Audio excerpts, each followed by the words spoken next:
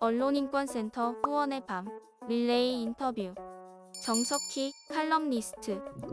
네, 저는 방송 컬럼니스트 정석희인데요. 그냥 방송을 보고 글을 쓰고 말을 하고 하는 일을 하고 있습니다. 프리랜서지만 방송 컬럼니스트들이 모여서 글을 쓰는 매체가 있어요. 엔터미디어 소속이고요. 그냥 왜 여러분들이 사석에서 어제 뭐 봤어? 막 어제 그거 재밌었어? 걔 연기가 어땠어? 이런 얘기하는 걸 저는 이제 글로 말로 하는 거, 이제 모든 분들이 다 할 수 있는 일을 하고 있습니다.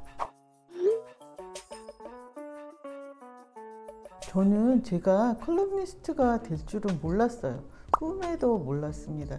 저는 노력을 해서 컬럼니스트가 된 게 아니어서 누가 방송 컬럼니스트 평론가 어떻게 하면 돼요 하고 물어보면 답을 못해요. 다만 제가 2000년대 초반에 홈페이지를 만들었어요. 근데 그 홈페이지에 제가 방송을 본 소감이죠. 그런 걸 올려뒀었는데 2000년대 중반에 매거진 T라고 그 TV 관련 웹 매거진, 우리나라 최초의 매거진이었는데 그게 생기면서 운영진들이 제 그 홈페이지에 글을 보신 거죠. 그리고 그 다음에 연락을 주셔가지고 저에게 코너 하나를 맡기셨어요. 그게 TV의 주부라는 코너였는데요.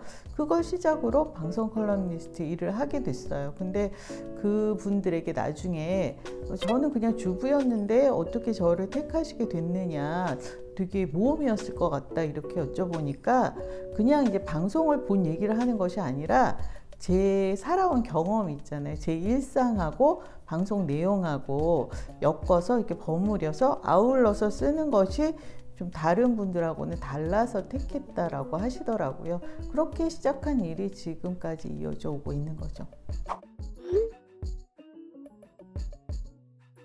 방송 컬럼니스트도 준비 하나도 안 하고 있다가 이제 느닷없이 제안을 받고 시작했잖아요. 유튜브도 마찬가지예요. 그냥 이거 한번 해보시면 어때요? 해서 이제 전혀 준비 안 된 상태에서 그냥 다음 주부터 찍은 거예요. 그럼에도 제가 잘 모르면서도 할 마음을 먹었던 것이, 저는 어떤 매체 또는 방송사로부터 제안을 받아서 말과 글을 쓰게 되잖아요. 그러니까 주제 자체를 그쪽에서 정해주는 때가 많아요, 경우가. 그러면 보통 이제 인기 있는 프로그램 아니면 인기인에 관해서 얘기를 하게 되는데, 방송 컬럼니스트는 그 방송 안에서 지혜를 찾아가는 것이 제 소명이다라는 생각을 했는데, 제가 찾은 보석 같은 그런 사람, 프로그램을 소개할 데가 없는 거예요. 왜냐하면 매체나 그 방송사 프로그램에서는 원치 않으니까. 그래서 제가 유튜브를 하게 되면 그런 일들을 할 수 있겠다 생각을 해서 유튜브를 하게 됐는데, 제가 글을 쓸 때 제가 고민이었던 것이, 지적하고 비난하는 글은 사람들이 엄청난 호응을 하는데 제가 누굴 칭찬하면 그렇게 사람들이 안 좋아하는 거예요. 정말 글을 올려도 기사가 진짜 그냥 떠내려가 버려요. 그래서 이제 유튜브에서는 잘할 수 있을까 했는데 유튜브는 그 쏠림이 더 심하더라고요. 그래서 유튜브는 좀 부정적인 그런 이제 사안들을 다루면 정말 호응이 오고, 또 이 칭찬을 하면 정말 조회수가 현저히 낮아가지고 지금 이게 호랑이 꼬리를 잡은 이제 모양새인 거예요. 제가 이걸 계속 가야 되나 말아야 되나 지금 진퇴양난인 상황입니다. 언론인권센터에서 왜 뉴스레터 보내실 때 그 KBS 오늘부터 무해하게 다루셨잖아요.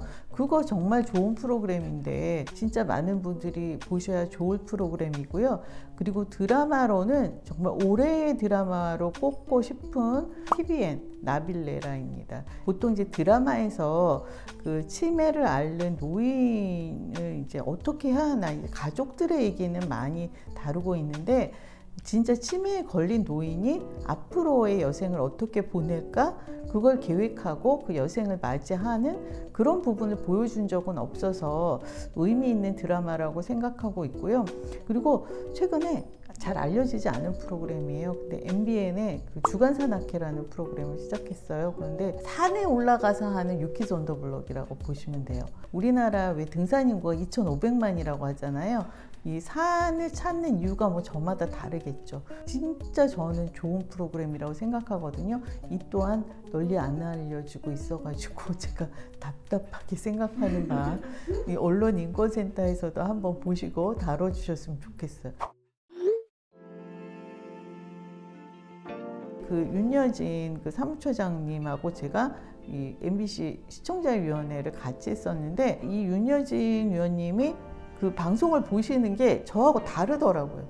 그래서 그 시선이 다르다는 걸 느껴가지고 그 시선을 저도 따라가 보려고 노력하면서 이제 조금씩 제가 이제 개화되기 시작하는 거죠. 그러니까 이 언론인권센터가 다름이 아닌 저 같은 사람을 개화시키는 일을 하셔야 될 것 같아요.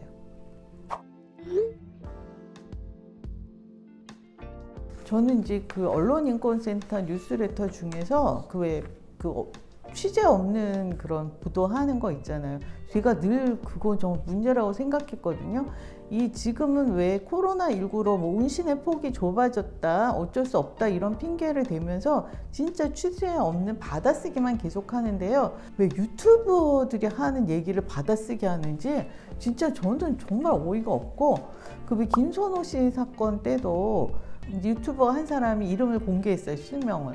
그러니까 그 사람 얘기를 받아 써가지고 계속 그 실명이 퍼진 거잖아요. 다 명예훼손으로 고소를 했으면 좋겠어요.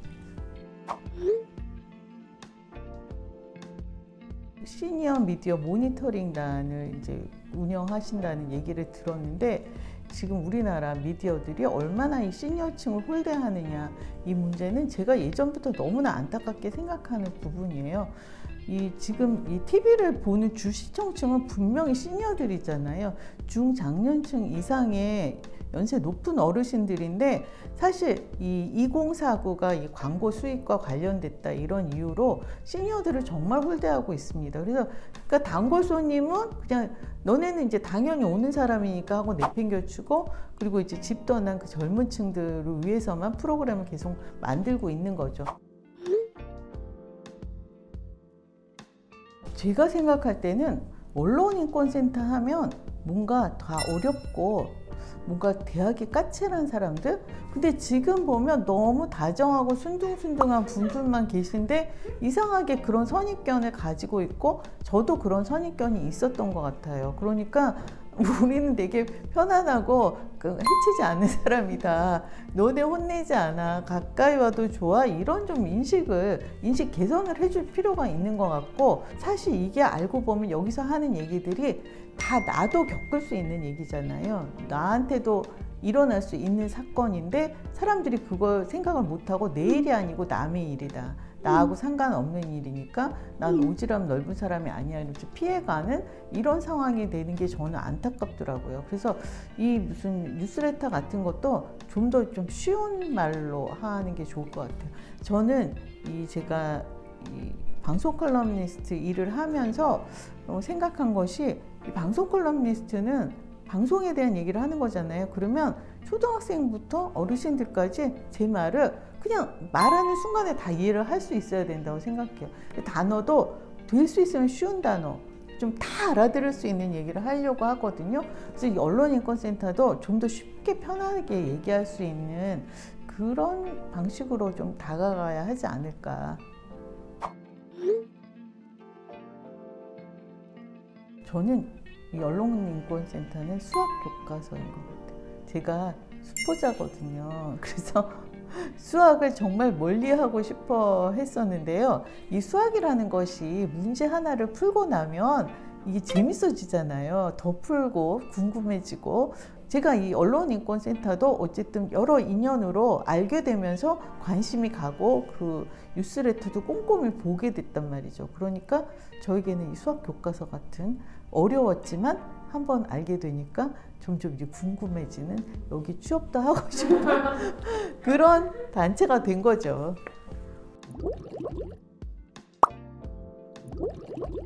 언론인권센터와 함께 물보라를 일으킬 서퍼가 되어주세요. 감사합니다.